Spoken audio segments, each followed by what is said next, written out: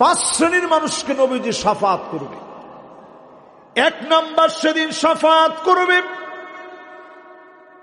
আসআদুন নাস বিশাফাআতি মান ক্বালা লা ইলাহা ইল্লাল্লাহ খালিসান মিন কলবিহি আও নাফসিহি।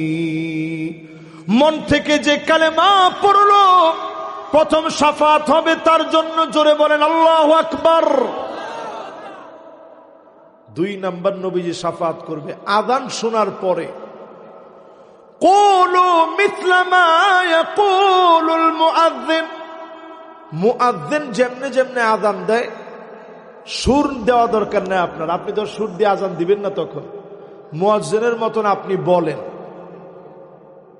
এরপরে আপনি আযানের দোয়াটা পড়েন। নবীজি বলতেছে হাল্লাত লাহু শাফাআতি, আমি নবীর শাফাত তার জন্য ওয়াজিব হয়ে যাবে। জোরে করে আল্লাহু আকবার।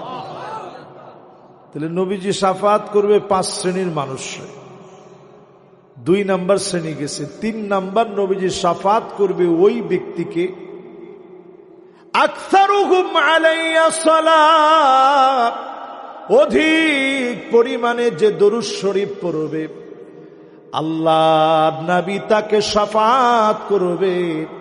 নবীর সঙ্গে যিনি জান্নাতে বাড়ি বানায় দিবেন তিনি কে? তাহলে কি দরুদ শরীফ পড়বেন?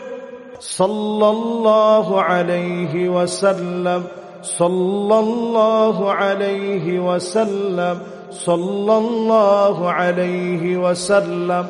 উলামায়ে কেরাম বসা আছে, এটা দরুদ হইছে না হয় নাই? হইছে। দরুদ ইব্রাহিম যদি পারেন পড়বেন, অবশ্যই সেরা দরুদ। যে কোনো দরুদ সালাওয়াতুল্লাহি ওয়া সালামুহু আলাইহি, এর দরুদ পারলে আপনি পড়বেন। ঘুম আসতেছে না, আপনি দরুদ শরীফ পড়েন। পেরেশানিতে পড়ে গেছেন, দরুদ শরীফ পড়েন। প্রত্যেক দিন দরুদ শরীফ পড়াকে অভ্যাস বানায় নেন। স্বপ্ন যোগে নবীজিরে দেখবেন, আল্লাহর নবী শাফাত করবে, জান্নাতে নবীর পাশে বাড়ি হবে। জোরে কোন আল্লাহু আকবার। প্রিয় ভাইরা আমার, চতুর্থ নম্বরে যতজন আমার সামনে বসা আছেন, যেই লোকটা মদিনায় মারা যাবে আল্লাহর কাছে সব সময় বলতো, আল্লাহ মদিনায় কবুল করে নিন। যেই লোকটা মদিনায় মারা যাবে, দোয়া কবুল হয়ে গেছে, আমার নবী সেদিন আল্লাহর কাছে দাঁড়ায় বলবে, আল্লাহ আমার এই উম্মত আনা শাহিদুল লাহু, তার জন্য আমি নবীর পক্ষ থেকে সাক্ষী দিলাম, আমার এই উম্মত আমাকে অনেক ভালোবেসে ফেলেছে। মালিক আপনি দয়া করে মাফ করে দেন। নবীজির দোয়ার কারণে যিনি মাফ করে দিবেন তিনি কে?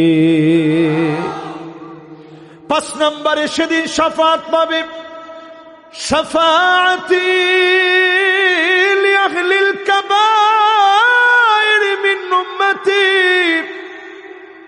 উম্মতের বড় গুনাহ করে ফেলছিল, বড় বড় গুনাহ করে ফেলেছিল, এমন উম্মতদের জন্য নবীজি সেদিন শাফাত করবে। ডেকে ডেকে যিনি মাফ করে দিবেন তিনি কে?